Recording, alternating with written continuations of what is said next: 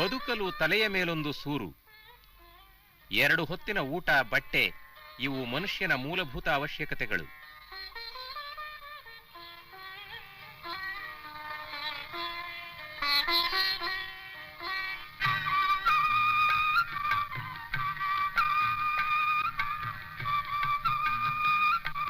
ಬಡವರ್ಗದ ಜನತೆ ಎದುರಿಸುತ್ತಿರುವ ವಸತಿ ಸಮಸ್ಯೆಗೆ ಈಗ ಪರಿಹಾರ.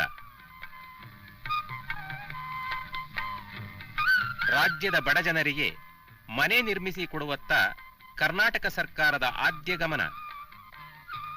ವಸತಿ ರಹಿತರಿಗೆ ಚಿಕ್ಕದಾದರೂ ಚೊಕ್ಕ ಮನೆಗಳನ್ನು ನಿರ್ಮಿಸಿಕೊಡಲು ಸರ್ಕಾರದ ಯೋಜನೆ.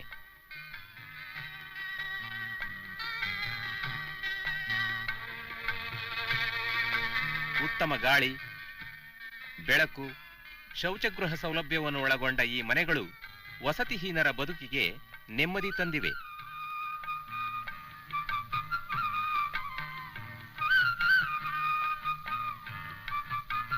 ಆಯಾ ಗ್ರಾಮಗಳಲ್ಲೇ ಸ್ಥಳೀಯ ಅಧಿಕಾರಿಗಳಿಂದ ಹಕ್ಕುಪತ್ರ ನೀಡಿಕೆ.